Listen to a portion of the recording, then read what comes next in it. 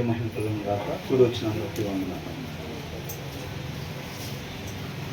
సామెతలో 22వ అధ్యాయం 17వ వచనం. చెవియొగ్గి జ్ఞానుల ఉపదేశము ఆలకింపుము. నేను కలుగజేయు తెలివిని పొందుటకు మనస్సు నిమ్ము. ఏమని చెప్తున్నారు? చెవి యొగ్గి, పే అటెన్షన్ అని అంటున్నారు. అర్థమవుతుందండి. కొంతమంది ఏం చేస్తారంటే ఏదో పడేసుకున్నది కంటి ముందే కనపడుతూ ఉంది. వీళ్ళు ఏం చేస్తూ ఉంటారు? వెతుకుతూ ఉంటారు. అదేమో అక్కడే ఉంటుంది. ఆ పక్క నుంచి చూసిన వాళ్ళు ఏమంటారు? శ్రద్ధ పెట్టి ఎత్తుకు అక్కడే ఉంది అంటారా లేదా? శ్రద్ధ పెట్టి ఎత్తుకు అక్కడే ఉంది. కంటి ముందు కూడా నీకు సరిగ్గా కనపడతావా అంటే ఎతకటానికి వెతుకుతున్నావు, కానీ శ్రద్ధ పెట్టట్లేదు. బైబుల్ చదవమంటే ఒక అధ్యాయం చదివేసా, 2 అధ్యాయాలు చదివా అంటారు. ఏముంది దాంట్లో అంటే మళ్ళీ ఒకసారి అంటారు. ఇప్పుడు కొంతమంది వాక్యం చదువుతారు, మధ్యలో ఎవరో ఒకళ్ళు ఆ వచనం చదువుతారు. ఎక్స్ప్లెనేషన్ ముందు వాక్యం చదివినప్పుడు ఏంటంట అని ఎవరు అడిగామనుకో, దాన్ని మరలా ఒకసారి అంటే ఇది చదివేటప్పుడు ఏం చేశారు? జస్ట్ విన్నారంతే, శ్రద్ధ పెట్టలేదు. తర్వాతసారి ఏముందంట అని అడిగినప్పుడు అప్పుడు శ్రద్ధ పెట్టి ఇల్లు దాన్ని చదువుతారు. చదివి దాన్ని వివరించేటట్టుగా చెప్తారు అన్నమాట. అంటే అంతకుముందు ఎట్లా విన్నారు? శ్రద్ధగా వినలా, కానీ విన్నారా లేదా? విన్నారు. అలా వినబాకుండా అని అంటున్నారు. జస్ట్ అమ్మయ్య మనమైతే శుక్రవారం వచ్చేసాం, మనకు రావాల్సింది మనకి వచ్చేసిద్ది, పుణ్యం మన అకౌంట్లో పడిపోయిద్ది. అలా వినబాకండి, ఉపయోగం ఏమి లేదంటున్నారు. ఎలా వినాలంట? శ్రద్ధగా వినాలి. అవునా? కాబట్టి pay attention and turn your year to the saying of the wise అని అంటున్నారు. అర్థమవుతుందండి.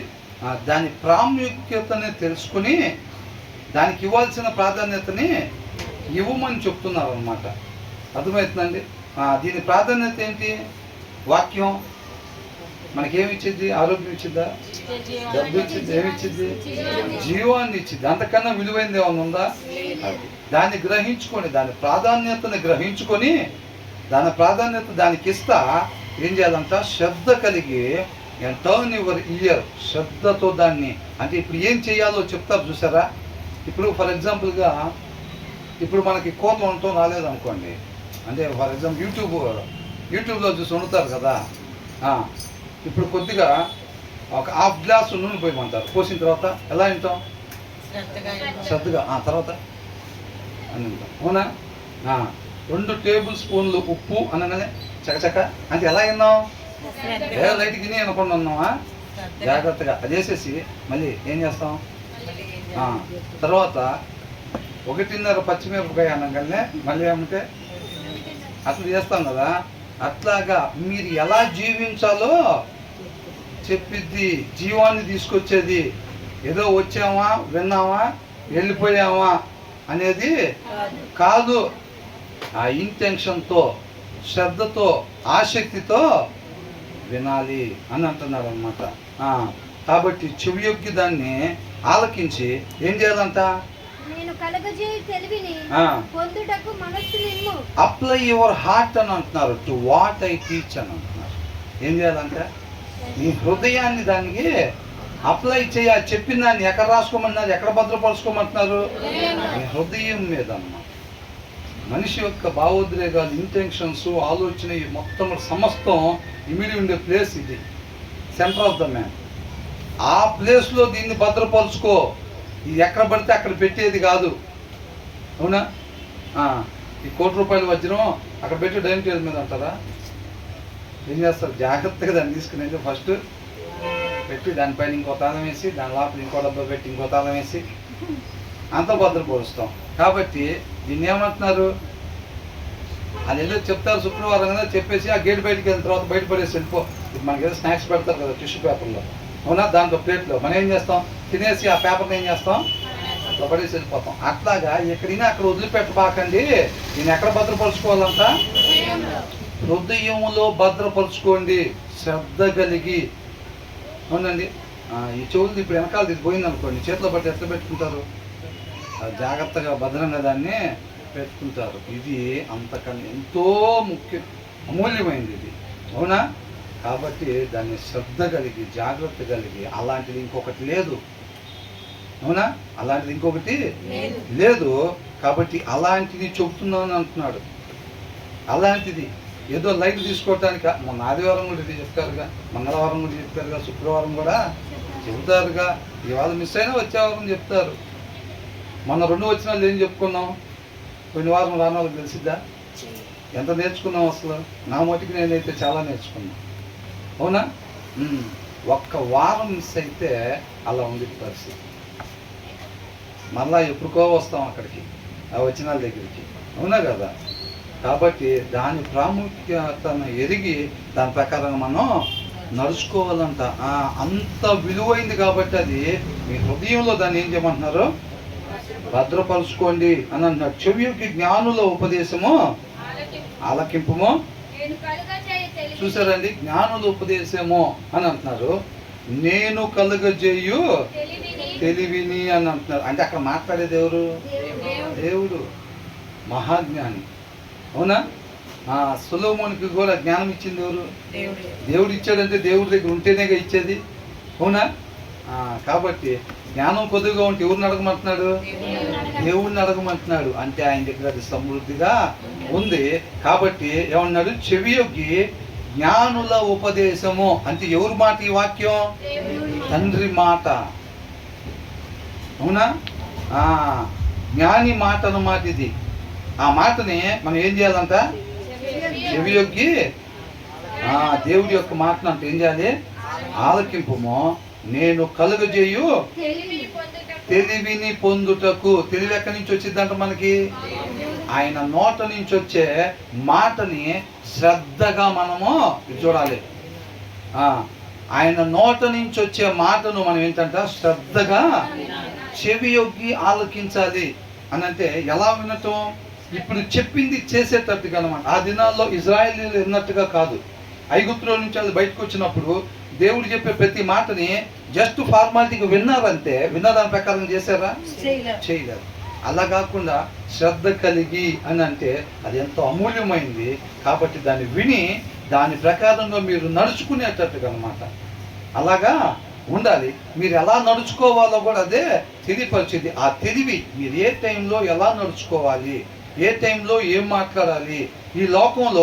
నేను ఈ లోకంలో ఉండి కూడా ఈ లోక మాలిన్యం అంటకుండా ఈ లోకాన్ని విశ్వాసంతో ఎలా జయించా నేను? తండ్రి నాకు చెప్తున్న మాటలు కంటికి కనపడట్లా. అక్కడ పరిస్థితి అంతా వేరుగుంది. దోపిడీలు, ఎవరు ఇష్టం వచ్చినట్టు వాళ్ళు ఇంటర్లింక్ కనెక్షన్లు, ఏసై చుట్టూ అవన్నీ లేవా? అవన్నీ ఉన్నాయి. అయినా సరే నేను విశ్వాసం ద్వారా తండ్రి మాట నుంచి ఆ తెలివిని నేను పొందుకొని ఈ లోకాన్ని నేను ఎలా జయించానో ఆ మాట మీ దగ్గరికి పంపిస్తున్నాను. కాబట్టి మీరు కూడా జాగ్రత్తగా నా వలే దాన్ని శ్రద్ధ కలిగి దాన్ని జాగ్రత్తగా విని ఆ తెలివిని ఏదైతే ఈ లోకాన్ని జయింపజేసే ఆ తెలివి ఏదైతే ఉందో ఆ తెలివిని ఏం చేయాలంట? నేను కలుగజేయు తెలివిని పొందుటకు అట్లా ఉండాలన్నమాట. అర్థమవుతుందండి? అంత విలువైంది వాక్యం. ఎప్పుడన్నా బంగారం గురించి విన్నారా? వెండి గురించి, డబ్బుల గురించి, ఈ లోకంలో పేరు మోసిన గురించి ఎప్పుడైనా చెప్తాను చూసామా? లేదు. అవన్నీ ఎన్నికలేని కొంతకాలం ఉండి పోయాయి. ఎంతోమందిని ఆయన కృపను బట్టి మన ముందు పెట్టారు అన్నమాట. వాళ్ళందరూ విలువైన దాన్ని గ్రాప్ చేసుకున్నారు. ఆయనతో పాటు వెలుగాలు ఉండబోయేవాళ్ళు. ఆయన కృపను బట్టి ముందుగానే మనకు తెలియపరుస్తున్నాడు ఏది విలువైంది, ఏది విలువ లేనిదని. ఆ విలువ లేని దాన్ని వెనకాల పరిగెట్టబాకండి. కొంతకాలం ఉండిపోయేది, అవునా? ఆ డబ్బు వెనకాల, బంగారం వెనకాల, లేకపోతే పేరు వెనకాల, జనాలు మనల్ని కొనియాడాలి దాని వెనకాల, ఆ గొప్పలు జీవోపడము వీటి వెనకాల పరిగెత్తబాకండి. మీకు శాశ్వతమైన ఘనతను నేను ఇస్తాను, అవునా? శాశ్వతమైన ఘనత కావాలి. ఇది డబ్బు ఉంటే వచ్చింది. 1 లక్ష ఉన్నాయి అంటే మొత్తం చుట్టాలే. ఆ లక్షలు ఏవంటే ఏం ప్రేమ? అదే ప్రేమ. ఆ ప్రేమ కోసం పాకులాడదు. శాశ్వతమైన ప్రేమ కావాలి, శాశ్వతమైన ఘనత కావాలి మనం, అవునా? అది చక్కగా తండ్రి దగ్గరే మనం ఉండాలన్నమాట. ఎల్లప్పుడూ మనం ఉండాల్సిన ప్రదేశం అది. మనిషి ఉండాల్సిన ప్రదేశం తండ్రి దగ్గర ఉండాలన్నమాట. అంతకన్నా మనకి సురక్షితమైంది లేదు. కాబట్టి ఆ ప్లేస్లో ఉండే దానికోసం మనం ఆసక్తి కలిగి ఉండాలి తప్ప ఈ లోకంలో పనికిరాని వాటి కోసం మనం పాకులాడే వాళ్ళలాగా ఉండకూడదు మనం. అవునండి. కాబట్టి చక్కగా విశ్వాసపు నేత్రాలతో మనం ముందుకు సాగే వారంగా మనం ఉండాలి తప్ప పరిస్థితిని బట్టి మనం రంగులు మార్చుకొని ఈ లోకంలో చలామణి అయ్యేవారుగా మనం ఉండకూడదు. ఆయన ఉంచినంత వరకే. అర్థమవుతుందండి. ఏమన్నాడు? నువ్వు నాకేంటో చెప్పు, ఇట్లాగా వాళ్ళు నీ మీద ఈ తప్పు మోపారని యేసయ్య దగ్గర అన్నప్పుడు చివరిలో నేను నిన్ను శిక్ష తప్పించటానికి నాకు అధికారం ఉంది, నీకు తెలుసా అని అంటే ఏమన్నాడు? బయట నుంచి ఇవ్వబడితేనే నీకు వచ్చింది. అమ్మో పోయిద్దేమో ప్రాణం, అమ్మో పోతేమో డబ్బులు మా దగ్గర నుంచి, అమ్మో పోతే ఆయన దగ్గర నుంచి అనుమతి లేకుండా ఎవరేమీ చేయలేరు. ఆయన వేసిన తలుపులు తీసేవాళ్ళు లేరు. నమ్మి విశ్వసించాలి. విశ్వసిస్తే ఆ క్రియలు మనలో కనపడాలి. ఆ క్రియలు కలిగిన విశ్వాసం మన జయింపజేసిద్ది. ఎంత చక్కగా క్లియర్గా కనపడుతుందో చూసారా మార్గం, యేసయ్య మార్గం. ఆయన అడుగులు అచ్చులు అలా కనపడుతున్నాయి మనకి. ఇంకా మనం చేయాల్సింది ఏం లేదు, ఆ అడుగుల్లో అడిగేసుకుంటా చక్కగా మరణాన్ని దాటి నిత్య జీవంలోకి ఉండాల్సిన ప్రదేశానికి వెళ్ళిపోవటమే. అర్థమవుతుందండి. అంతే చెప్తారు లేదా, క్రిస్టియన్స్ కదా మనం ఇట్లా చెప్తారు. లోకంలో మన పని మనం చూసుకోవాలి అని అనుకుంటే రేపు నశించిపోయే వాళ్ళుగా ఉంటాం అన్నమాట. తర్వాత ఏమంటున్నారు? ఏం చేయాలంట? అంతరంగమందు ఫర్ ఇట్ ఈజ్ ప్లీజింగ్. అది అలా నీ హృదయంలో ఉంచుకోవటం ఎంతో మంచిది, ఎంతో ఆనందించదగ్గదంట.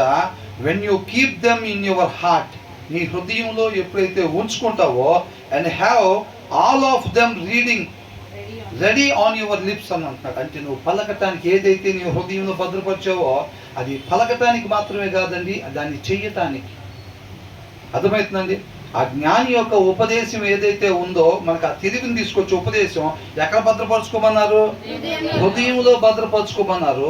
ఆ హృదయంలో భద్రపరిచిన దాన్ని నువ్వు చేయటానికి సిద్ధంగా ఉండాలి.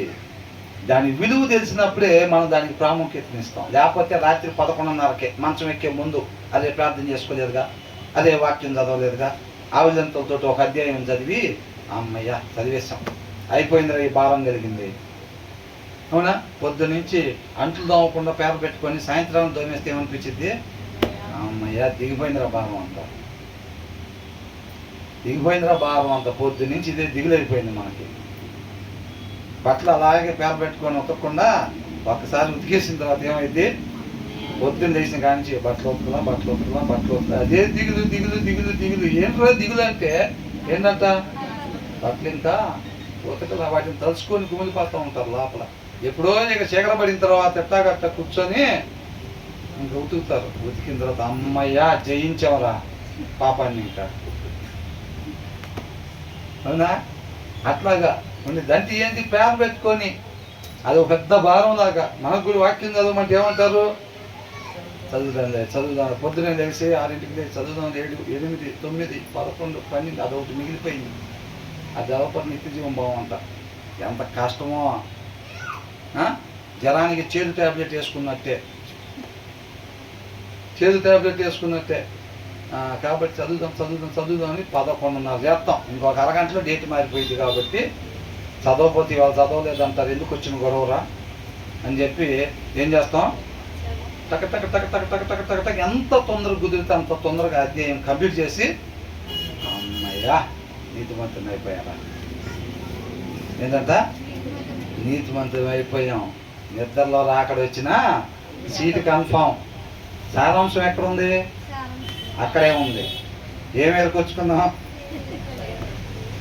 సారాంశం అక్కడే ఉంటుంది. అధ్యాయం చదివాం, రాకడ వచ్చిందనుకోండి మనం కూడా అక్కడే ఉంటాం అంతే.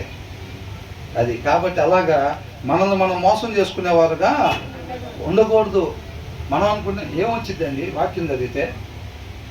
ఏమొచ్చింది అసలు? చదవను అంటారు. నిన్న చదవలా, ఇవాళ చదివా, ఏమైంది? మారిపోయాను, ఏమన్నా రంగు మారిపోయానా, ఎత్తు పెరిగిపోయానా, ఏమైంది మరి అని అనుకుంటాం.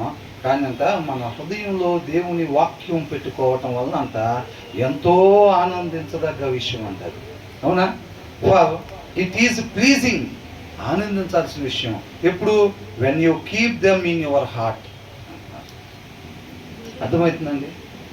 అంత విలువైందనమాట. మన హృదయంలో పెట్టుకోవటం వల్ల అంత మేలు కలిగింది మనకి, దేవుడి వాక్యం మన హృదయంలో ఉంటే అన్నమాట.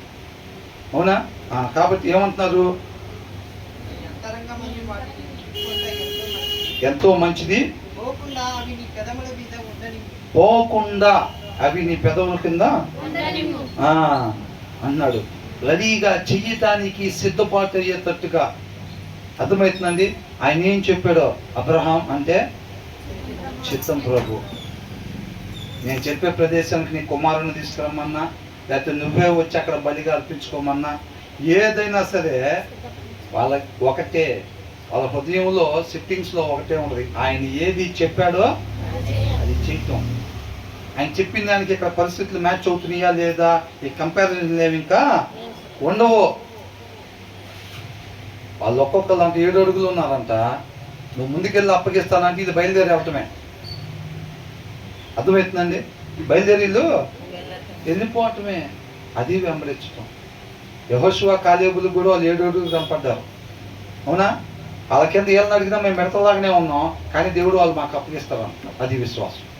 ముందు పరిస్థితి చూశారు వాళ్ళు, పరిస్థితి కాదు విశ్వాసం. మాట ఇచ్చిన దేవుడు నమ్మదగిన వాడు. అట్లాంటి రోజు ఇంకొక 7 ఇంతలు తెచ్చుకోండి ఆ జనాన్ని, ఆయన మాట ఇస్తే పని అయిపోయినట్టు అంతే. నాకు ఇక వేరేది తెలియదు. ఆయన ఎట్లా చేస్తావు ప్రభా, ఎటు నుంచి అటాక్ చేపిస్తావు ప్రభా, మమ్మల్ని ఎట్లా దాచిపెడతావు, ఎట్లా కాపాడుతావు, ఈ క్వశ్చన్స్ ఏమీ లేవు. అబ్రహాం ఏమన్నాడు, ఆ కుమారుడికి సంబంధం తీసుకోమన్నప్పుడు, నన్ను ఊరి నుంచి పిలిచి నాకు తోడుగా ఉన్న దేవుడు నీకు కూడా తోడుగా ఉండి కార్యం సఫలపరుస్తాడు. ఎట్లా సఫలపరుస్తాడో నాకు తెలియదు, కానీ ఖచ్చితంగా నువ్వైతే సంబంధం తీసుకుని వస్తావు అంతే. అది విశ్వాసం. ఆయనకి తెలిసి చెప్పలేదా, ఆయనకి తెలీదు, ఆయనకి తెలిసింది ఒకటే, ఆయనతో సహవాసం కలిగి ఉండేటప్పుడు ఖచ్చితంగా నీతిమంతుల యొక్క మొర ఆయన ఆలకిస్తాడు. ఆయన చిత్తానుసారంగా ఏది అడిగినా చేస్తాడు. అదే మనకున్న ధైర్యం అంటున్నాడు. అర్థమవుతుందండి? ఆ విశ్వాసంతో మనం కూడా ముందుకి కొనసాగే వారంగా ఉండాలి. ఆర్ యు రెడీ అని అంటున్నారు. దేనికోసం? అవునా? ఆయన ఏదైతే జ్ఞాని అయిన దేవుడు ఏదైతే చెప్తున్నాడో అది చేయటానికి సిద్ధంగా ఉన్నారా అని అంటున్నాడు. దున్నబడిన నేలలాగా హృదయాలు సిద్ధంగా ఉన్నాయా అని అంటున్నాడు. విలువైన విత్తనాలు జల్లబడతా ఉన్నాయి అన్నమాట. అవునా కదా? కాబట్టి ఎంతో ధన్యులు అన్నమాట మనం. నీకు తిరిగి కొన్ని పదాలు మనం చెప్పుకున్నాం కదా, ఏంటంట, నువ్వు ఎవరికన్నా ఏదన్నా ఇస్తే వాళ్ళు తిరిగి నీకు ఇవ్వలేకపోతేనంట, అలాంటి వాళ్ళకి పెడితే మనం ఎవరంట, ధన్యులము అంట. అర్థమవుతుందండి? ధనికులు కాదంట, ధన్యులం. ఈ రెండింటి ఏది కావాలి? ధన్యులే కావాలి. అవునా? కాబట్టి తర్వాత ఏమంటున్నారు,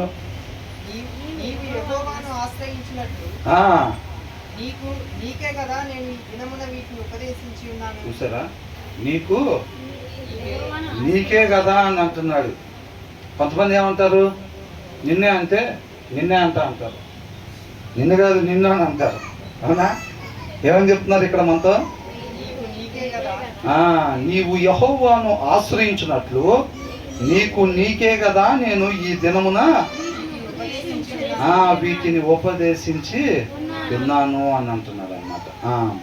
కాబట్టి so that your trust may be in the lord. దేని వలన ఇందాక మన హృదయంలో పెట్టారు కదా దేవుని వాక్యం. ఆ తెలివిని, లోకాన్ని జయించే తెలివినిచ్చే ఆ యొక్క మాటని, దేవుడి మాట మనం హృదయంలో పెట్టుకున్నాం కదండి. అది ఎంతో ఆనందించదగ్గ విషయం కదా. అవునా? అదేం చేసిద్దంట, దేవుడి మీద మనకి నమ్మకాన్ని ఏర్పరిచిద్దంట. ఏం చేసిద్ది? నమ్మకాన్ని. ఏ నమ్మకం? క్రియలతో కలిగిన నమ్మకము. దెయ్యాల నమ్మకం కాదండి. నేను నమ్ముతున్నా కానీ నేను మాత్రం దూకననే నమ్మకం కాదు అది. అవునా? క్రియలతో కలిగిన నమ్మకం.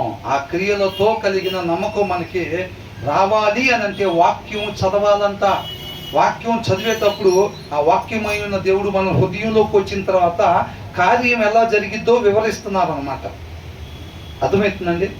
ఈ లోకానుసారంగా కాకుండా మనం ఆత్మానుసారంగా ఎట్లా జీవిస్తాం? అసలు ఏం లాజిక్ ఇది? అసలు అది చదివితే ఆత్మానుసారం ఉంటుందేంటి, అది చదవకపోతే లోకానుసారం ఉంటుందేంటి అని అంటే ఆ లోపల జరుగుతున్న క్రియ ఇది అనమాట. ఇలా జరిగింది కార్యం అది. అవునండి, అది చెప్తున్నాడు. ఏమైందంట, సో దట్ దాని వలన, దేని వలన, మన అంతరంగంలో, నీ అంతరంగంలో వాటిని నిలుపుకున్నట్టు ఎంతో మంచిది. ఇందాక చెప్పాడు కదా 17వ వచనం 18వ వచనం, అవి చేయటం వలన, దాని వలన your trust may be in the lord I teach you today even you అని. అర్థమవుతుందండి? ఆ నమ్మకం కావాలా లేదా? కావాలి. ఆ క్రియలతో కలిగిన నమ్మకం లేకపోతే రేపు మనం జయించలేము. అవునా కదండి? తండ్రిని నేను నమ్ముతున్నానని చెప్పి యేసయ్య లోకానుసారంగా ఉన్నారా? అవునా? కాబట్టి మనం కూడా ఏం చేయాలంట, మేము నమ్ముతున్నాం కాదండి, ఈ వింటున్న వాక్యాన్ని, దేవుడి మాట ఇది. అవునా? ఇది మనం చదివినా లేకపోతే మన ఫెలోషిప్లకి వెళ్ళి విన్నా సరే, అది వాక్యానుసారం ఉన్నట్టయితే కనుక దాన్ని ఏంటంట, మన హృదయంలో పెట్టుకున్నప్పుడు ఈ లోకాన్ని జయింపజేసే తెలివి మనలో వచ్చింది అని అంటారు. అంత మాత్రమే కాదు, దాన్ని చెయ్యాలనే ఒక ఆలోచన, ఆశ మనలో తయారయ్యిద్ది అనమాట. ఏంటంట, తెలుగులో ఏమనుంది, ఏంటంటే ఏం చేసిద్దంట, అది మనం యెహోవాను ఆశ్రయించేటట్లుగా చేసిద్ది అనమాట అది కదా. కాబట్టి ఆ క్రియలు కలిగిన నమ్మకము, విశ్వాసం మనం కలిగి ఉండేటట్టుగా ఈ వాక్యము చేసిద్ది. వాక్యం చదువుకొని ఇవన్నీ మనం ప్రయత్నం చేసామనుకోండి, అవి ఏమి కూడా అవ్వవు. అనుకుంటాం అంతే, అనుకుంటాం, కానీ ఏది కూడా జరగదు అని అంటున్నాడు. నీకే కదా అని అంటున్నాడు. ఇది వాళ్ళకి చెప్పినట్టున్నారండి, ఇజ్రాయెల్కి. ఇది ఇంగ్లీష్ వాళ్ళకి చెప్పినట్టున్నారు, ఇది ఉర్దూ వాళ్ళకి చెప్పినట్టు, ఇది తెలుగు వాళ్ళకి అట్లా కాదంట. వాళ్ళ మీద వీళ్ళ మీద దోషెత్తం కాదు, ఎవరో వచ్చినట్టున్నారు ఇక్కడ సరిగ్గా తప్పుడు పనులు చేసుకుని సరిగ్గా ఉండకుండా అలా చెప్తున్నట్టున్నారు ఇది. అవునా? ఇందాక బ్రదర్ ప్రేయర్ చేస్తా ఒక మాట అన్నారు, ఏమని, ఏ వాక్యం ద్వారా మాతో మాట్లాడాలని అనుకుంటున్నావో ప్రభు అని అన్నారు. అంటే 8 వచనాలు చెప్తే ఒక వచనం ద్వారా దేవుడు మనతో మాట్లాడతాడా? 8 వచనాలు కూడా ఎవరికి అర్పించాయి? మనకే. అవునా? కాబట్టి ప్రభు ఒకటి కాదు, ప్రతి విషయం కూడా మనకే చెప్తున్నాడు. ప్రతి వచనాన్ని హృదయంలో రాసుకోవాలంటే, హృదయం మీద రాసుకోవాలి. హృదయం మీద రాయటానికి ఏంటంటే సింబలైజ్డ్, దాని ప్రాముఖ్యత అంత విలువైంది, అంతకన్నా ఒక మంచి ప్లేస్ ఇంకా మనిషికి లేదు. కాబట్టి ఆ ప్లేస్లో దాన్ని భద్రపరుచుకోవాలన్నమాట, అంత విలువైంది అది. అవునా? లేకపోతే ఊరికే లైట్ తీసుకున్నాం అనుకోండి, అపవాదు వచ్చి ఏం చేస్తాడు, ఎత్తుకుపోతాడు. అవునా కదా? కాబట్టి దాన్ని విలువైన ప్రదేశంలో భద్రపరుచుకోవాలి మనం. తర్వాత ఏమంటున్నారు, పంపు వారికి నీవు సత్యవాక్యములతో ప్రత్యుత్తరం ఇచ్చినట్లు సత్య ప్రమాణము నీకు తెలియజేయుటకై ఆలోచనయు తెలివియు గల శ్రేష్టమైన సామెతలు నేను నీ కొరకు రచించితిని. ఎవరి కోసం రచించాడంట? మన కోసం అన్నమాట. అర్థమవుతుందండి? పలికేది సొలొమోను అయినా సరే అవి ఎవరి మాటలు? దేవుని మాటలు అన్నమాట. ఆయన కృపను బట్టి ఆయన వాడుకున్నాడు, అంతేనా? ఆయన కృపను బట్టి ఆయన్ని వాడుకున్నాడు, అంతే. అవునా కదా? ఎవరి నోటి నుంచి వచ్చిన జ్ఞానుల నోటి మాట అంటే ఎలాంటిది? జీవపు ఓట, అదంతే. అర్థమవుతుందండి? దాన్ని అంతా జాగ్రత్తగా మనం చెవి యొగ్గి శ్రద్ధ కలిగి దాన్ని ఆలకించాలన్నమాట, విలువైంది కాబట్టి. కాబట్టి 20వ వచనంలో ఏమంటున్నారు, నిన్ను పంపు వారికి నీవు సత్యవాక్యములతో ప్రత్యుత్తరం ఇచ్చినట్లు సత్య ప్రమాణము నీకు తెలియజేయుటకై ఆలోచనయు తెలివియు గల. సత్య ప్రమాణం అంతా మనకి తెలియజేయాలని, మీరు ఉండాల్సిన ప్రదేశంలో తండ్రి దగ్గరికి మీరు చేరుకోవాలంటే ఇవన్నీ మీకు అవసరం. అందుకని నేను మిమ్మల్ని ఎత్తుక్కుంటా వస్తున్నాను.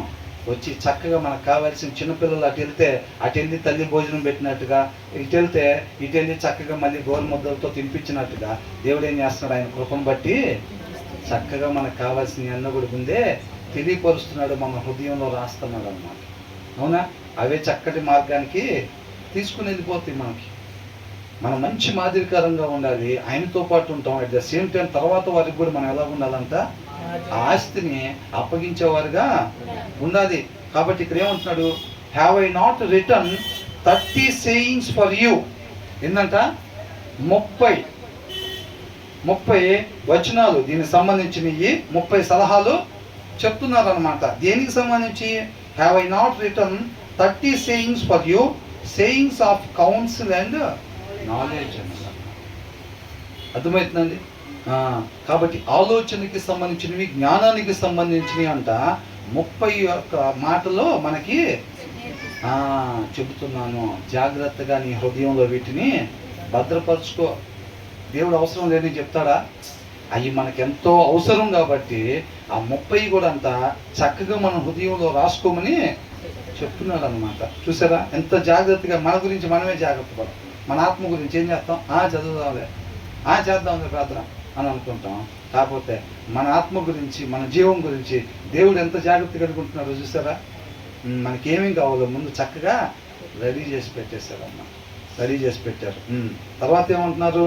దరిద్రుడు అని దరిద్రుని దోచుకొనవద్దు. ఇక్కడ ఏమని అంటున్నారంటే దేనికి సంబంధించిన ఈ 30 మాటలు చెప్తున్నారు అని అంటే teaching you to be honest. ఏంటంట? హానెస్ట్ అంటే నీతి నిజాయితీగా ఉండాలి అని అంటున్నారు. రాసావా చేసి? రాలేదా?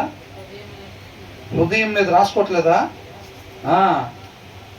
రాశారా? విక్కీయా విక్కీ రాసావా? హృదయం మీద రాసుకోవద్దంట. ఏంటంటే అది teaching you to be honest, నీతిగా నిజాయితీగా. ఎక్కడున్నా సరే ఒక్క అబద్ధం ఆడితే 5 లక్షలు వస్తాయి బాబు, ఒక్క అబద్ధం ఆడితే 50 లక్షలు, ఒక్క అబద్ధం ఆడితే 5 కోట్లు. సెట్ అయిపోతాం లైఫ్. ఆకాన్ సెట్ అయినట్టే, నైమాన్ సెట్ అయినట్టే ఉంటుంది వ్యవహారం. ఫీటింగ్ వ్యాపారం చూస్తే సెట్ అయినట్టే ఉంటుంది. భ్రమపరుస్తాడంతే. ఎండమావుల్లాగా సెట్ అయిపోతాం అనిపించింది. నువ్వు ఎప్పుడైతే అడుగు పక్కన వేయగలనే ఎండమావులు కాస్త ఏం కనపడవు అక్కడ.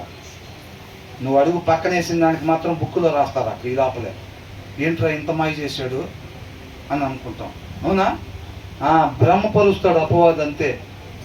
కొద్దిగా ఏం లేదురా, వచ్చి వెళ్ళలేదంటే సెట్ అయిపోతాం అనుకుంటాం. సెట్ అవుతాం ఎక్కడ? నరకంలో. నరకంతో నడిపించినడితే సెట్ అయిపోతాం. ఎవరు నడిపించింది అడుగు పక్కకి? అపవాది. హలో ఇటు అంటూ ఉంటాడు ఎనీ టైం పక్కనే ఉండి.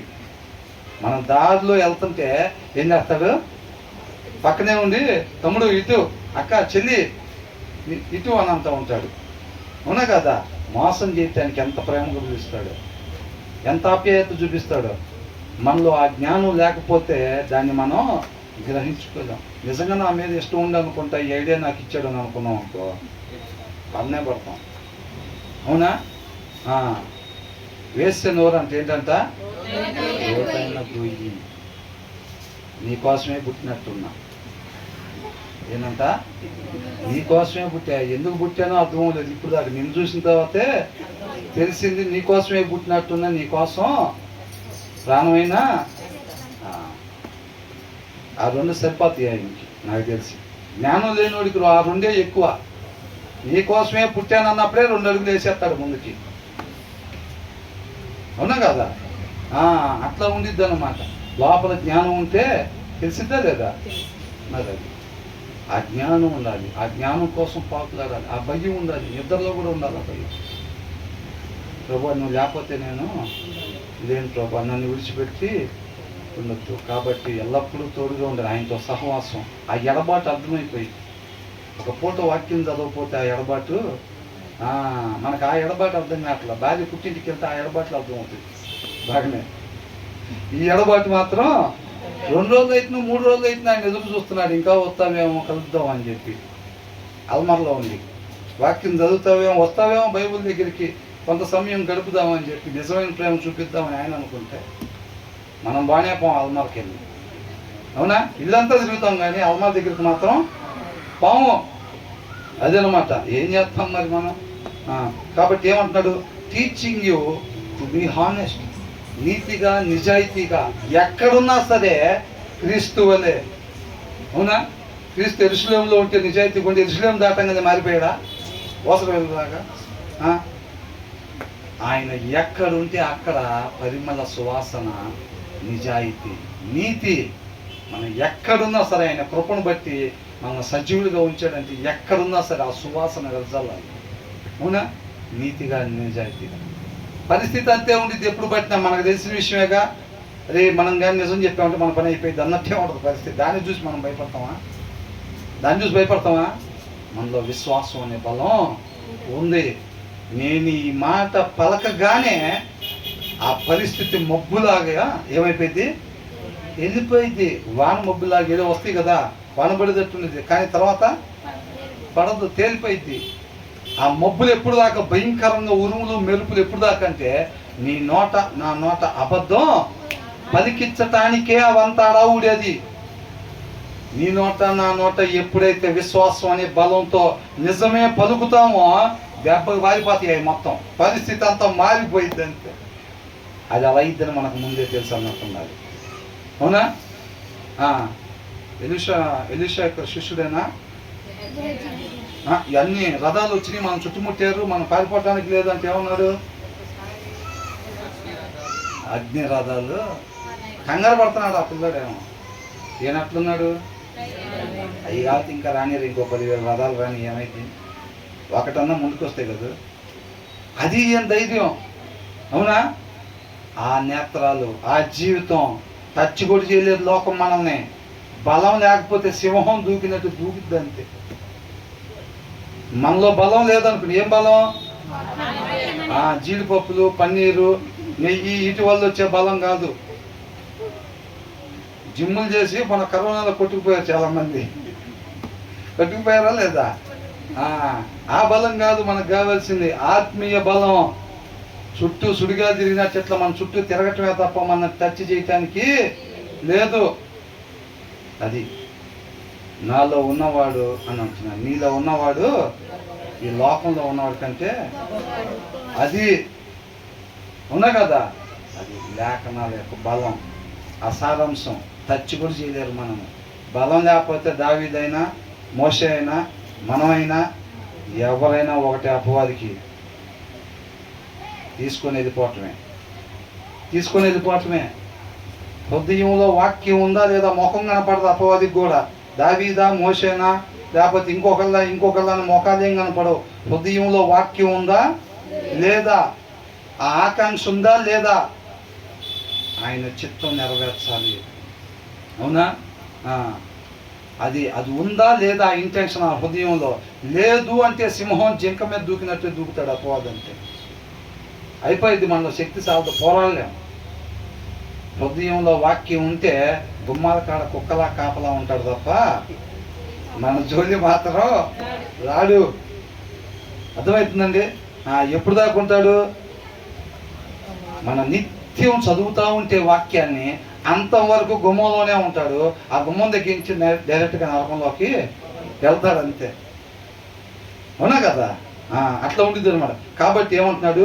నీతిగా నిజాయితీగా ఉండాలి. రాశారుగా. తర్వాత ఏమంటున్నారు? And to speak the truth.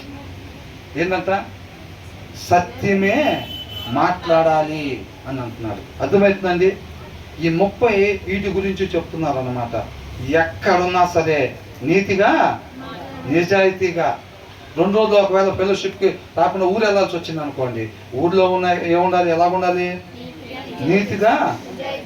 అట్నుంచి కంపెనీ పని మీద బొంబాయి పంపించారు అనుకోండి ఒక 1 రోజులు, ఎలాగుండాలి? నీతిగా నిజాయితీగా. అర్థమవుతుందండి? అవి పోకూడదు. పలక మీద రాసుకుంటే, బుక్ మీద రాసుకుంటే, బైబిల్లో పక్కన రాసుకుంటే పోతాయి. బైబిల్ పోతే దాంతోపాటు మొత్తం పోతాయి. హృదయం మీద రాసామనుకోండి ఏమైంది? మనం ఎక్కడికి పోతే అక్కడ మనతో పాటు తిరుగుతూ ఉంటాయి అన్నమాట. ఎక్కడున్నా కానీ నీతిగా నిజాయితీగా ఉంటామో. అంత మాత్రమే కాదు, and to speak the truth అని అంటున్నారు. సత్యమే మాట్లాడాలి. ఏం మాట్లాడాలంట? సత్యమే మాట్లాడాలి. మనం ఎక్కడున్నా సరే, ఏ పరిస్థితి అయినా సరే. బ్రదర్ మీరేముంది, ఎవరు కనపడకుండా రేపుల మధ్యలో చెప్తున్నారు, బాగానే ఉంది. బయట ఎవరినో తన్నారు లేకపోతే ఏదో చేశారు అనుకోండి, మనం చూసామనుకోండి, మనల్ని అడుగుతారు. అవునా? అడిగితే మనం నిజం చెబితే ఏమైంది? ఆయన శిక్ష పడిద్ది. ఆయన తర్వాత మన సంగతే పరిస్థితి అంతే ఉంటుంది. ఒకవేళ నిజంగానే అట్లాగా మనకు ముగింపు పడాలనేది దేవుని చిత్తం అయితే ఏం చేద్దాం, పర్ణీయాలంతే. అట్లాగా ఆయన మహింపరిచే వరంగా ఉండాలి. అంతేనా కదా? అవునా? సిద్ధమేనా? ఎంతమంది సిద్ధం? అవునా? కాబట్టి ఏంటంట, ఎక్కడున్న పరిస్థితి ఏంటనేది కాదు, సత్యమే మాట్లాడాలి. ఎవరేమనుకుంటారు, అపార్థం చేసుకుంటారేమో, తెలియలేదు అనుకుంటే ఎక్కడేం మాట్లాడాలో తెలియదు, అట్లా ఇవన్నీ కామన్గానే ఉంటాయి. దాని వెనకాల మనకి ఈ లోకంలో ఉంటాయే ఉండవా? ఖచ్చితంగా ఈ లోకంలో వాటి వెనకాల మనం నీతిగా ఉండగానే మనకి ఎదురయ్యే శ్రమలు. ఏ శ్రమలు? కొంతకాలం శ్రమలు అన్నారు చూసారా? ఆ శ్రమలు ఆటోమేటిక్గా మనం నీతిగా ఉండగానే ఆ శ్రమలు ఆటోమేటిక్గా వచ్చేస్తాయి. మనం సత్యమే మాట్లాడగానే ఆటోమేటిక్ వెనకాల ఏసే వెనకాల ఏమొచ్చినాయి? ఇంట్లో కూర్చొని బైబిల్ చదువుతుంటే నేను మా పాప బాబు మేము కూర్చొని బైబిల్ చదువుతున్నాం. మా మిస్సెస్ ఏసై మాట్లాడినప్పుడు పక్క నుంచి ఒక ఆయన వచ్చి పెడేది మనం కొట్టాడంట. కొట్టగానే నేనేం తప్పు మాట్లాడాను అని, ఏం తప్పు మాట్లాడానో చెప్పు, నన్ను ఎందుకు కొడుతున్నావు అని అన్నాడు. అసలు ఆ మాట చదివి అక్కడ ఆగిపోయాను. అక్కడ ఆగిపోయి అసలు ఇంకేం లేదు, ఇంకా ఏంటి అసలు ఏసై అట్లా అన్నాడంట. ఆగిపోయాం. ఇంకా ఆగిపోయి ఏసైని తప్పేం చేయకపోయినా కొట్టారంట. కొట్టినప్పుడు నేనేం తప్పు చేశాను, నన్ను ఎందుకు కొట్టావు నువ్వు? పిల్లలు మాట్లాడుకుంటారు కదా, అవునా? ఎందుకు రా నన్ను కొట్టావు నువ్వు అని అనుకుంటారు కదా. అట్లాగా ఏసై అన్నాడంట. ఏమని? కొట్టే పని ఏసై చేశాడా? ఏం చేయలా. సత్యం మాట్లాడాడు. సత్యం మాట్లాడాడు. ఎమ్మటే పక్క నుంచి కొట్టాడు. కొట్టినప్పుడు ఏసై ఎట్లా అంటున్నాడు? నేనేం తప్పు మాట్లాడానని నన్ను కొట్టావు అని అడుగుతున్నాడు. అది ఆటోమేటిక్గా మనం కూడా సత్యం మాట్లాడంగానే ఎమ్మటే పోలదండ దూరం నుంచి వచ్చి మెల్ల పడిపోయిద్దా? మనకు కూడా ఇటు ఒకటి చిట్టుపైపో పడిపోయిద్ది. దానికి సిద్ధపాటు అయి ఉండే సత్యం మాట్లాడాలి. అవునా? మనం సత్యం మాట్లాడేటప్పుడు మనకు ఎదురయ్యేది అదే ఖచ్చితంగా. అవునా? నీతిగా నిజాయితీగా ఉంటే ఆయన వస్త్రాలు లేకుండా జనాల్లో నిలబెట్టారు, అవమానించారు. దొంగ కన్నా హీనంగా, హంతకుడి కన్నా హీనంగా. అర్థమవుతుందండి? ఏంటంట, ఎవరిని వదిలిపెట్టాలి? బరబ్బానా యేసయ్యనా అంటే ఏమన్నారు? బరబ్బాని వదిలిపెట్టండి. అర్థమవుతుందండి? అంటే అక్కడ ఏంటి? ఆ బరబ్బా మనమే. ఆ శిలువ మరణం ఎవరికి రావాలి? మనకు రావాలి. ఆ దెబ్బలు మనకు పడాలి. వాళ్ళని వదిలిపెట్టండి, నన్ను కొట్టండి అని అన్నాడు. అవునా? శిక్ష నాకేయండి, విడుదల వాళ్ళకి దయచేయండి అని అన్నాడు. అంతే. ఆ బరబ్బాని ఎట్లా వదిలిపెట్టారో ఈ నా కుమారుని అట్లాగా, కుమార్తెను అలాగా వీళ్ళని వదిలిపెట్టండి, శిక్ష నాకు వేయండి అని అంటున్నాడు. అవునా? కాబట్టి మనం ఈస్టర్ రోజున ఉపవాసం ఉండేది, అది గుడ్ ఫ్రైడే రోజున ఉపవాసం ఉండి ఈస్టర్ రోజున మనం కోడిగుడ్లు తింటే మనకేమీ వచ్చేది కాదు. ఆయన దేనికోసం అట్లాగ అయ్యాడో మనం అలాగ మారకపోతే గనక మనం దాన్ని సద్వినియోగం చేసుకున్న వారంగా ఉండము. అర్థమవుతుందండి? అది కేవలం ఆచారంగానే గుడ్ ఫ్రైడే మిగిలిపోయింది, పునరుద్ధానం ఈస్టర్ కూడా అలాగే మిగిలిపోయింది అన్నమాట. దాని సారాంశాన్ని పట్టుకోవాలి. ఆయన ఇందుకోసం అట్లా అయింది. నేను ఎలా ఉండాల్సిన ఎలాగున్నాను, ఆయన నా కోసం అదంతా అయ్యాడు. కాబట్టి నేను ఉండాల్సిన రీతిగా నేను ఉండటం వల్ల నేను దాన్ని పరిగణలోనికి తీసుకున్నట్టుగా అని అంటున్నాడు. ఆయన చేసిన త్యాగం వ్యర్థంగా లేదు. ఎప్పుడు? మనం ఎప్పుడు కూడా అతిక్రమం చేయకుండా మారినప్పుడు, మారు మనసుని పొందుకున్నప్పుడు. మనం అతిక్రమం చేయటం వల్ల ఆయనకు ఆ పరిస్థితి వచ్చింది. కాబట్టి మనం ఎప్పుడు కూడా ఇక అతిక్రమము చేయకూడదు. అర్థమవుతుందండి? కాబట్టి teaching you to be honest and to speak the truth so that you bring back truthful reports to those you serve అని అంటున్నారు అన్నమాట. అర్థమవుతుందండి? దానివల్ల మనం ఏం చేస్తామంట? దానివల్ల ఏం చేస్తాం మనం? సత్యాన్ని 20వ వచనంలో ఉంది, ఇది కొంచెం పైనకి కిందకు ఉన్నదండి. నిన్ను పంపు వాదికి నీవు సత్యవాక్యములతో ప్రత్యుత్తరం ఇచ్చినట్లు సత్యవాక్యముతో మనం సమాధానం చెప్పాలి. ఉన్నది ఉన్నట్టుగా మనం చెప్పేవారంగా, సత్యంగా చెప్పేవారంగా మనం ఉండాలి. అవునా?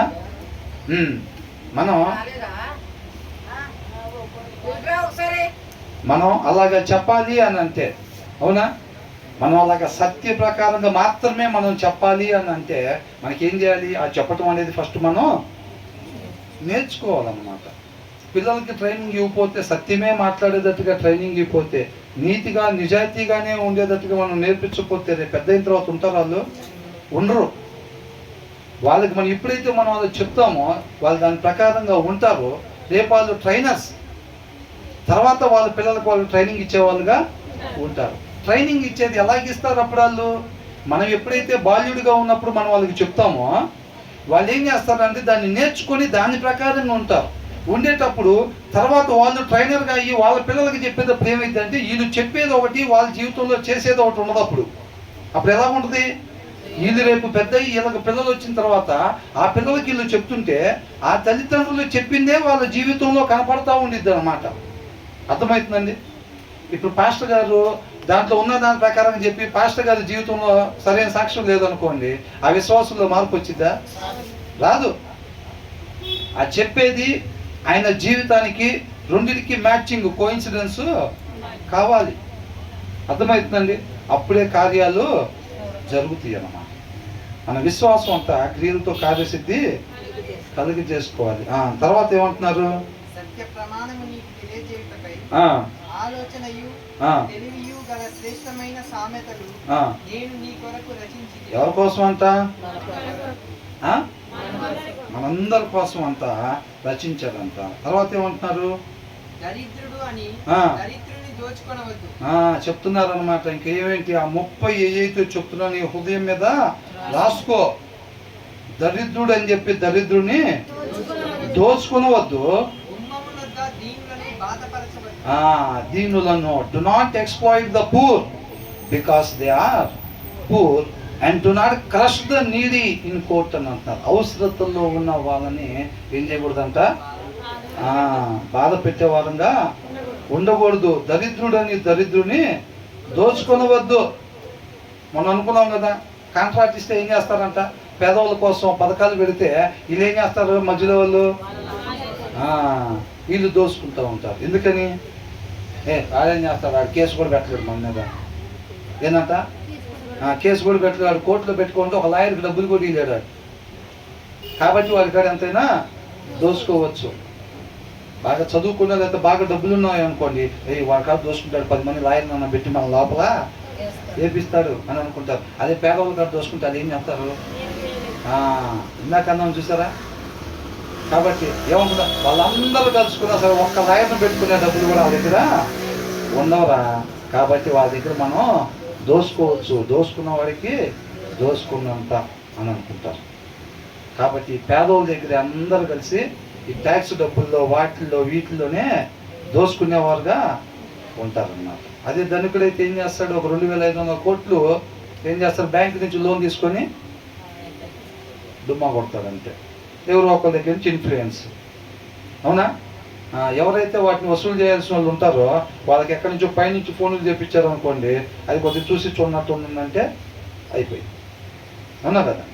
మళ్ళీ అధికారి మారిందాక, ఆయన ట్రాన్స్ఫర్ అయిందాక ఈయన ఫోన్ చేయడం. ఇంకా ట్రాన్స్ఫర్ అయ్యి వేరే ఆయన వస్తే ఇంకొకసారి ఫోన్ చేపిస్తారు ఆయనకు కూడా. అవునా? స్వాహ. ఎవరు డబ్బులు అవన్నీ? ఈ పేదలు అందరూ ట్యాక్సులు అక్కడ ఇక్కడ కడతా ఉంటారు కదా. అవునా? వాళ్ళ డబ్బులు అన్నమాట ఇవన్నీ. కాబట్టి ఏం చేస్తాడు? దరిద్రుని దోచుకొనవద్దు.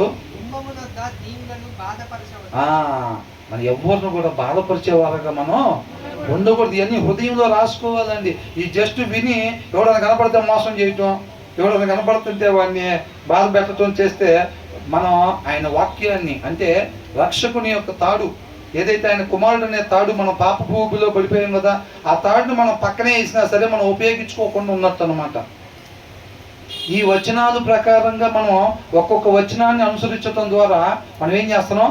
ఒక్కొక్క చెయ్యి పట్టుకొని, ఇప్పుడు తాడు పట్టుకొని పైకి ఎట్లా ఎక్కుతాం? బావిలో పడిపోయిన వాళ్ళు ఈ చెయ్యి, తర్వాత ఈ చెయ్యి, తర్వాత ఆ చెయ్యి, అలాగ పైకి వెళ్తాం. మనం కూడా ఏంటంటే ఈ వచనాల్లో దేని ప్రకారం ఎలా ఉండమంటున్నారో ఎలా ఉండొద్దు అంటున్నారో చూసుకొని ఆ ఉండమన్న రీతిగా ఉండటం వల్ల మనం ఒక చెయ్యి తీసి ఒక చెయ్యి పెట్టినట్టుగా దాని కింద వచ్చిన మన జీవితంలో ఎక్కడికి వెళ్ళినా సరే ఆ వచనంలో ఉండమన్న రీతిగా ఉన్నప్పుడు ఇంకొక చెయ్యి పైన పెట్టినట్టుగా అలాగ మనం ఎక్కడైతే పడిపోయామో అక్కడి నుంచి చక్కగా ఉండాల్సిన స్థితిలోనికి తండ్రి దగ్గరికి చేరుకుంటాం అన్నమాట. అవునా? కాబట్టి ఈ మెట్లు ఎవరు వేశారు? తండ్రి మనల్ని ప్రేమించి ఆయన కుమారుల ద్వారా ఆయన కుమారుని మెట్లుగా సిద్ధపాటు చేశాడు అనమాట మన కోసం. ఎంత ప్రేమ అండి అసలు మనం అంటే. అవునా? ఎంత ప్రేమ అసలు. అవునా కదా? ఆ ప్రేమని మనం విడిచి ఉండకూడదు అనమాట. అదే అంటున్నాడు. తర్వాత ఏమంటున్నారు ఇంకా? And do not crush the needy in court అని అంటున్నారు. తర్వాత అవసరతల్లో ఉన్న వాళ్ళని మనం బాధపరిచే వారిగా ఉండకూడదు. దరిద్రుడు పేదోళ్ళు అని చెప్పి వాళ్ళు ఏం మాట్లాడలేరు, వాళ్ళు మనం ఏమి చేయలేరు అని చెప్పి మనం వాళ్ళని దోచుకునే వారంగా ఉండకూడదు. తర్వాత ఏమంటున్నారు? అయ్యా చూసారా, వాళ్ళు దరిద్రులే, వాళ్ళ కాడ డబ్బులు ఉండవు కేసు పెడతానికి. అది డబ్బులు లేని వాళ్ళ కేసులు వాదిటానికి ఇంకొక ఆయన ఉన్నాడంట. అది గుర్తుపెట్టుకోమంటున్నాడు. ఏంటంట? డబ్బులు లేని వాళ్ళ కేసులు వాదిటానికి నేనున్నాను అంటున్నాడు. ఎవరు? అది నువ్వు అనుకుంటున్నావు కదా, పేదవాడు రా, మన మీద కేసు కూడా పెట్టలేదు, వాడు పోతే కేసు కూడా తీసుకో. మన ముందే వాడు డబ్బులు లూటీ చేసేటప్పుడు ఎస్ఐని కూడా వేస్తారు. ఎందుకంటే ఒక తర్వాత చక్కరే కదా కంప్లైంట్ ఇచ్చేది. ఆ ముందు రోజు ఆయనకి ఎంతో కొంత ఒక 50,000 ఇచ్చి కొన్ని సీసాలు పంపించామనుకో, ఎవడు వచ్చినా కంప్లైంట్ తీసుకోడు ఆయన. అవునా కదా? కాబట్టి అదట్లాగా చేద్దాం. ఈ లోక తెలివితేటలు చూపిస్తారనమాట. చూపించేటప్పుడు నువ్వు అనుకుంటున్నావు కదా వాడు డబ్బులు ఇచ్చి ఇక్కడ కేసు పెట్టుకోలేడు, లేకపోతే లాయర్ని పెట్టుకోలేడని. అలాంటి వాళ్ళ తరపున నేను వాదిస్తానని అంటున్నాడు. అది గుర్తుపెట్టుకోవాలి. వాడిదేముందరా, వాడిని ఒకనే మోసం చేయొచ్చు మనం. ఏదేముందరా, 2 కుటుంబాలు తొక్కేయటమే కాళ్ళ కింద వేసి. ఏమంటున్నాడు? తొక్కేయటమే 2 కుటుంబాలు. మనమేంద్ర ఎంతమంది ఉంటే 15 కుటుంబాలు. పదండి ఒకసారి వెళ్దాం. అది ఉండేది 2 కుటుంబాలే. ఆ 2 కుటుంబాల్లో ఒక ఆయన ఉంటాడంట. అలా తెలిసిన ఆయన. అవునా? ఆయన ఉన్నాడు. అది చూసుకుని వెళ్ళాలి ఎప్పుడైనా. అది చూసుకొని వెళ్ళాలి. అంతకన్నా గొప్ప వాళ్ళు మన కాడ ఎవరైనా ఉంటేనే పోవాలి వాళ్ళ జోలి మనం. అవునా కదా? ఇప్పుడు ఎవరినో గొడవ పోదాం అనుకుంటున్నారండి అంటే పొమ్మని నేనేం చెప్పట్లేదండి. గొడవ పడద్దని చెప్తుంది ఎప్పుడు కూడా వాక్యం. సమాధానమే పడాలంటుంది. మామూలుగా అర్థం అవటం కోసం చెప్తున్నా. అవతల ఒక 8 మంది ఉన్నారు అనుకోండి, వాళ్ళ మీద మనం గొడవ పోవాలంటే 3 వేసుకుని వెళ్తామా? ఏం చేస్తాం? 8 మందికి పైనే వేసుకుని వెళ్ళాలి. వాళ్ళందరూ ఇంతలా ఉంటే మన వాళ్ళు బక్క వాళ్ళని వేసుకెళ్తామా? ఏం చేస్తాం? అరే వాళ్ళు ఇంత ఉన్నారా, మన వాళ్ళు ఇంత లేడా ఇంకా, అరే మాకు తెలిసిన వాళ్ళు ఉన్నా, మా చుట్టాల్లో పిలువురా వాడిని, ఛార్జీ డబ్బులు ఇంత వస్తాయి అని చెప్పి వాడిని పిలిచి ఇంతలా ఉన్న వాళ్ళని తీసుకొని వెళ్తాం. వీళ్ళ తరపున అంట. ఎవరి తరపున?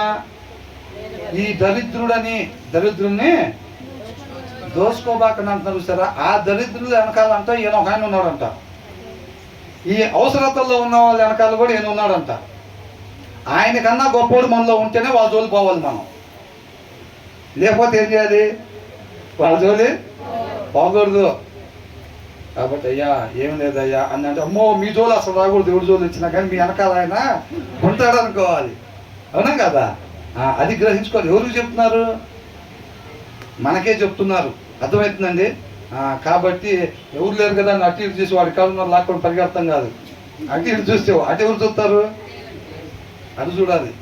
అవునా కదా? కాబట్టి ఈ గొడవ అంతా మనకు అటు చుట్టూ ఇటు చుట్టూ ఎందుకు ఈ గొడవ అంతా? అది వెనకాల ఆయన ఉన్నాడని తెలుసు కదా, ఆయన జోలి మనం పోకుండా ఉండాలి అంతే. కాబట్టి ఆయన ప్రేమై ఉన్నాడు కాబట్టి మనం కూడా ఏమై ఉండాలి? దేవుని ప్రేమై ఉండాలి మనం కూడా. అవునా? ఆ ప్రేమను మాత్రమే కనపరిచే వారంగా నన్ను చూస్తే ఆయన్ని చూసినట్టే అని అన్నాడు. ఆయన కూడా ప్రేమై ఉన్నాడు కాబట్టి ఆయన కూడా ఇలాగే ఉంటాడు. పౌలు గారు కూడా ఏమంటున్నారు? నేను క్రీస్తును పోలి ఉన్నట్టుగా ఆయన ప్రేమై ఉన్నట్టుగా, ఆయన చూసి నేను కూడా ప్రేమై ఉన్నట్టుగా మీరు కూడా నన్ను చూసి ప్రేమై ఉండండి అని అంటున్నాడు. ఏ ప్రేమ? ఇతరులు మన నుంచి కోరుకుంటారు చూసారా, ఆ విఫలం కాని ప్రేమ. Unfailing love. ఆ ప్రేమ ఉండాలి అని అంటున్నారు మనం. అంతేనా? అలాగే చెప్తున్నారు అనమాట. కాబట్టి ఏమంటున్నాడు? For the lord will take up their case and will exact life for life అని అంటున్నాడు. చూడండి ఎలా ఉంటుందో, భయం వేసే మాటలు ఇవన్నీ. ఏమంటున్నారు? 23వ వచనంలో ఏమన్నంట? యెహోవా వారి పక్షంలో వ్యాజ్యమాడును, ఆయన వారిని దోచుకొని వారి ప్రాణములు దోచుకొని. అయ్యా ఏం చేస్తాడంట? ఆయన ఆ దరిద్రులు అని చెప్పి వాళ్ళ ప్రాణాన్ని దోచుకున్నారు చూసారండి. ఆ దోచుకున్న వాళ్ళ ప్రాణాన్ని ఈయన దోచుకుంటాడు. వాళ్ళు ఎవరైనా కానీ, అది సీఎం అయినా కానీ పిఎం అయినా కానీ ఆయనకి ఏమైనా కష్టమా? ఎవరనేది కాదు. ఇక్కడ హోదా కాపాడేది, ఇక్కడ ఇన్ఫ్లుయెన్స్ కాపాడితే అక్కడ ఏమి కాపాడవు. నువ్వు అందరినీ మేనేజ్ చేస్తావు, పడుకోగానే వచ్చింది నొప్పి. ఇక్కడ నువ్వు ఫోన్ చేస్తే ఎత్తుతాడు పిఎం, కరెక్టే. హాస్పిటల్ పోయిందాక ఉండదు వ్యవహారం. అవునా? ఏంటంట? అందరినీ బాగానే సెట్ చేస్తాం, పడుకోగానే వచ్చింది పెయిన్. ఇక్కడ ఎందుకు వచ్చింది? నువ్వు ఆయన టచ్ చేసావు కదా. ఎవరిని? దరిద్రుల్ని, పేదవాళ్ళని, పూర్ పీపుల్ జోలి నువ్వు పోయావు కదా. అవునా? ఆ పూర్ పీపుల్ జోలి నువ్వు పోయావు కదా. ఆ అవసరతుల్లో ఉన్న వాళ్ళ జోలి నువ్వు పోయావు కదా. ఎవరు లేరు, వాళ్ళు వేరే ఊరి నుంచి వచ్చాడు బతుకుతున్నారు. కనపడేది అంతవరకే. కనపడకుండా గొలియాద్కి ఎవరు కనపడ్డారు? బుడ్డదావీదు కనపడ్డాడు. ఎవరు? బుడ్డదావీదే కనపడ్డాడు. బుడ్డదావీదు వెనకాల ఇంకొక ఆయన ఉన్నాడు, ఆయన కనపడలే గొలియాద్కి. పెద్దోడే, పెద్ద కళ్ళే కానీ కనపడాల్సింది కనపడలేదు. కనపడపోతే ఏమైంది? దెబ్బ వెనకబడ్డాడు. ఏంట్రా బుడ్డదావీదు కొడితే ఇంత పవర్గా తగిలింది అనుకున్నా. కొట్టింది ఎవరు? అది చూసుకోవాలి. ఏటోళ్ళు అది బారిపోయారంట. అలా కనపడి ఉంటాడేమో బహుశా. గొలియాద్కి కనపడలేదులే కానీ అలా కనపడి ఉంటాడు. ఒక్కడు లేడంట ఆ ఏరియాలో. ఇంకా అయినా ఇది ఎమ్మడబడి పక్కన కూడా వదిలిపెట్టలేదు. అవునా కదా? కాబట్టి ఎందుకు వచ్చింది పెయిన్? బాగానే తిన్నానే, జీడిపప్పులు, బాదం పప్పులు ఇవన్నీ బాగానే తిన్నాను. నొప్పి ఎందుకు వచ్చిందిరా అంటే, నొప్పి పాటి వల్ల కాదు వచ్చింది. వాళ్ళని తెచ్చేసారు చూసారా. వాళ్ళని మోసం చేసి నువ్వు ఎప్పుడైతే కత్తి కలిపావో దానివల్ల వచ్చింది నొప్పిని. నువ్వు వాళ్ళ జోలు బాగుపోతే నీకు ఏ నొప్పి వచ్చేది కాదు అసలు. చక్కగా ఉండేవాడు నీట్గా.